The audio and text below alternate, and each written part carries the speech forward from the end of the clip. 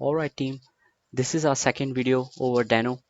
In the first video we have went through the introduction about Deno, why it came, what are the features of Deno, and now in this video we are going to try our hands on the Deno.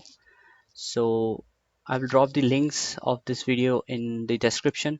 Now let's head to their official website, dano.land. In this video we are going to create the CRUD operations, and I believe that you have already went through the CRUD operations with Node.js because this is the extended version of Node. So the understanding of Node is really important here. Then only you will be able to figure out the differences and improvements. So I will again drop the link of this website in description as well. All the links I will drop in the description. Now let's check their website. It is pretty good. So for installing and having the Deno in your system, you just need to use a single command here.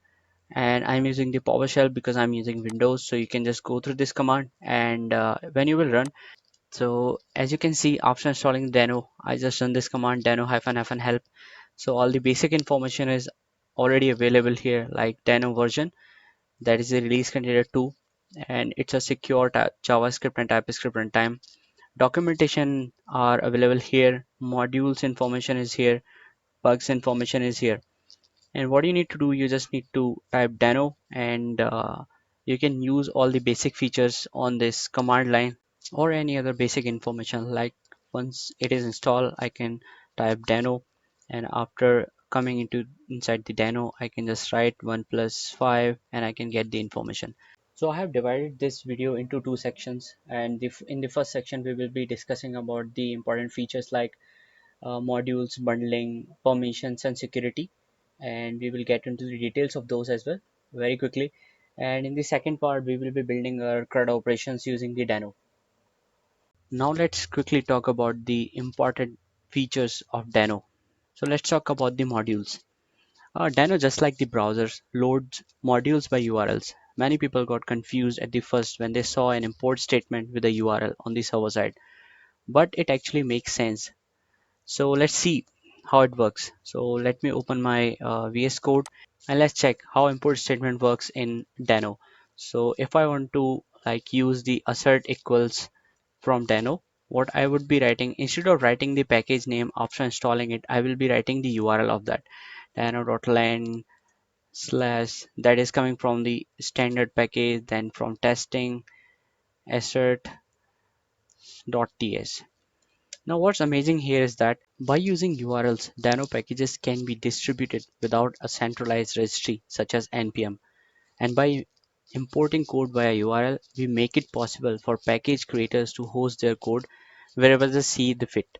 Decentralization at its finest. No more package.json and heavy node modules folder. When we start the application, Deno downloads all the imported modules and caches them. Once they are cached, Deno will not download them again until we specifically ask for it with the hyphen reload flag. Now let's quickly check about how it works. So when I'm switching to this official website and I want to use this package, so I just need to copy it, and this is an example here. So I just need to write a command here in Deno, and what I can write is Deno run and paste this URL which we just copied. Hit the enter, and now see, it will start downloading this package, and once it is downloaded, it will show us the example which is written there, welcome to Deno, and we can see it in this example, the console is the same. And now what's amazing here is that if I will write this command again, what it should be doing, if I will hit the same command for downloading the same package, Deno is smart enough to understand that this package is already been downloaded and it is cached, so I can just directly get the output what is written there. Now let's talk about the most important feature of Deno, which is security and permission. So as opposed to Node, Deno by default executes the code in a sandbox, which means that runtime has no access to the file system, the network, execution of other scripts, and the environment variables. Let's create an example to understand this. What I will do, I will try to read a file in Deno, and let's check the code which is there in their official documentation. So if I will go here and if I will try to write the read file, I will be able to find that, and I can just directly copy this code Let's jump to our editor, remove all this, and yes, sure, it is definitely the dot, not the slash. Sorry for it. Now let's see how this code works. So I've already created a users.json file, so I will replace this file name with this users.json, and let's try to run this file. So the command for running a file is like deno run and the file name, which is index.ts definitely, and let's see how it works. So after running this command, as you can see, permission is denied for the read access to this file, and for running this file we have to apply the allow read flag, because Deno is providing the security and we cannot read or write any file. So let's apply the flag and check whether it is still allowing us to read this file or not. And now we can see it is definitely given the output of that file, and after passing the flags it will know that we are reading or writing any file or hitting outer network willingly, and then it will allow us. There are various other flags as well, like some of them is like allow write, allow read flag for the file system, and then there are also allow net and allowed environment and allow run flags to enable network request, access the environment, and for running the sub processes respectively. These all are available on my website. I will drop the link in the description so you can read it thoroughly. Now let's talk about other features of Deno, and this is definitely TypeScript support out of the box. So Deno makes it easy to use TypeScript without the need for any config files. It is possible to write programs in plain JavaScript and execute them with Deno without any trouble. And this compile time checking is really good because it checks our code error in compile time like Java, C, and Python. And let's take an example to understand it. Let's remove all of this and try to create a function which just like print the name, which I will pass as an argument. So function my name string, then console.log hello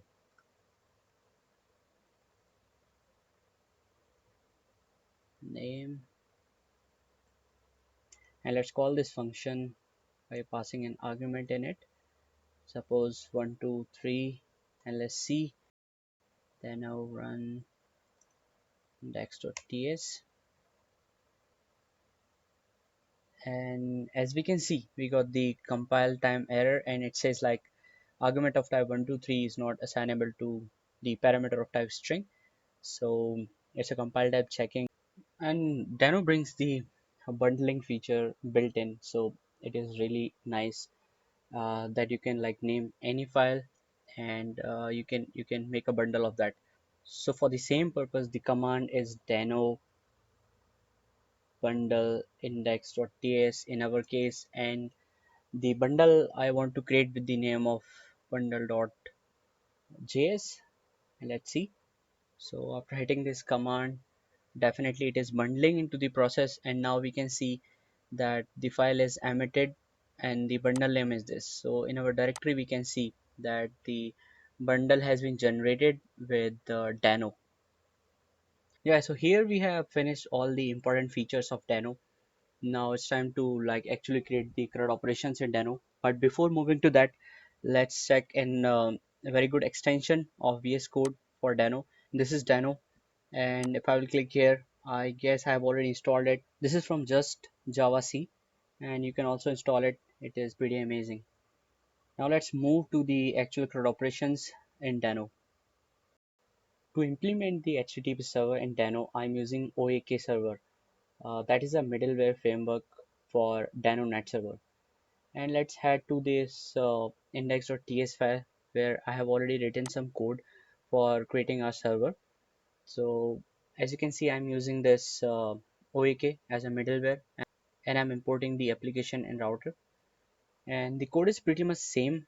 The only difference here is that I'm using the context here.